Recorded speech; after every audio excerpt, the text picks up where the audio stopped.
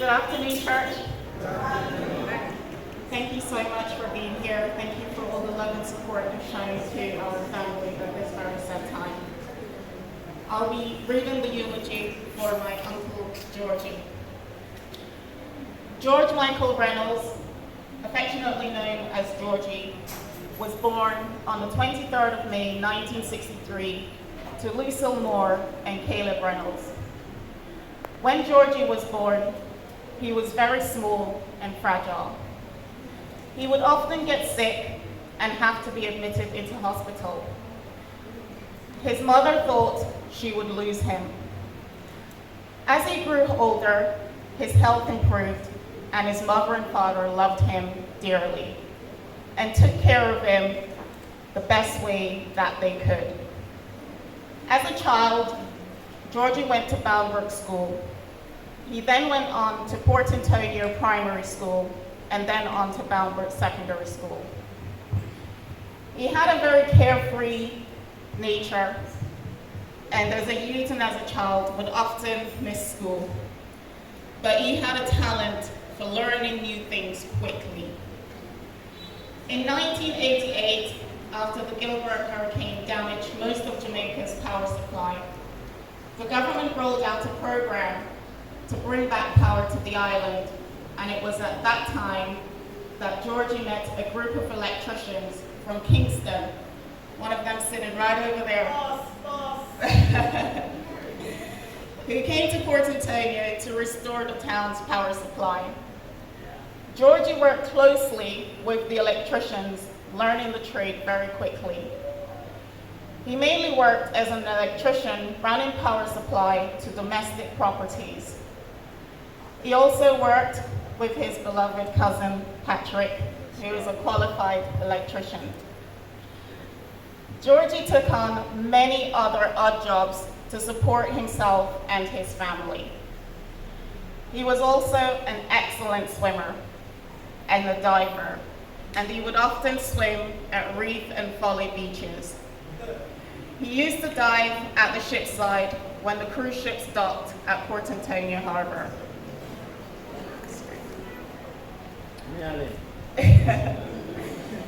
In the late 1980s and early 90s, fascinated by the skills on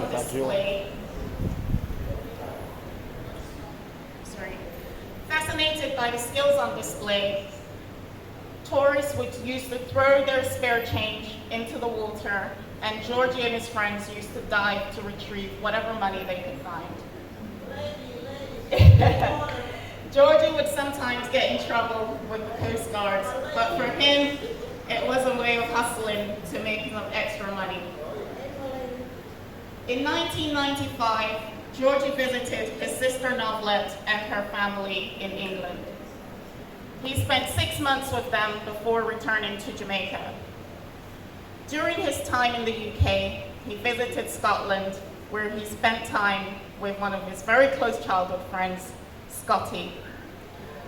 After Georgie returned to Jamaica, he took on various odd jobs to help support himself and his boys, along with his mother, who helped to raise them.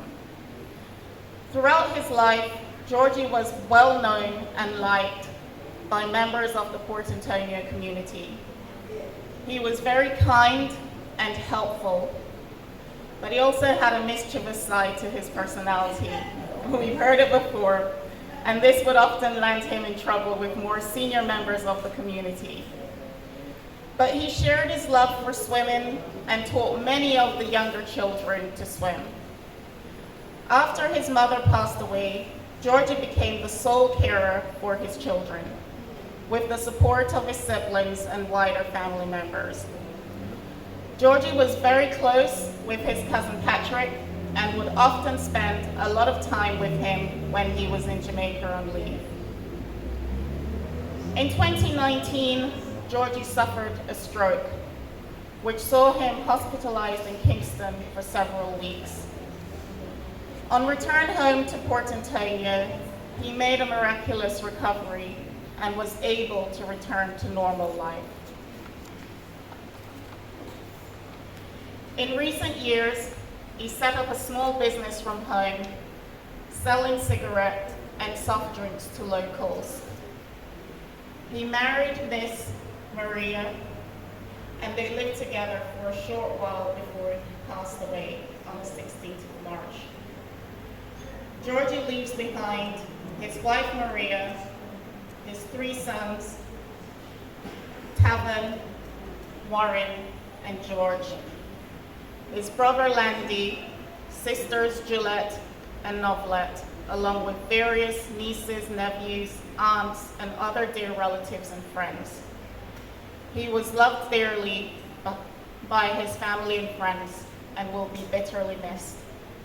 His good looks, laughter, and infectious personality will be remembered for many, many years by all who knew and loved him. And may he rest in perfect peace for all eternity. God bless.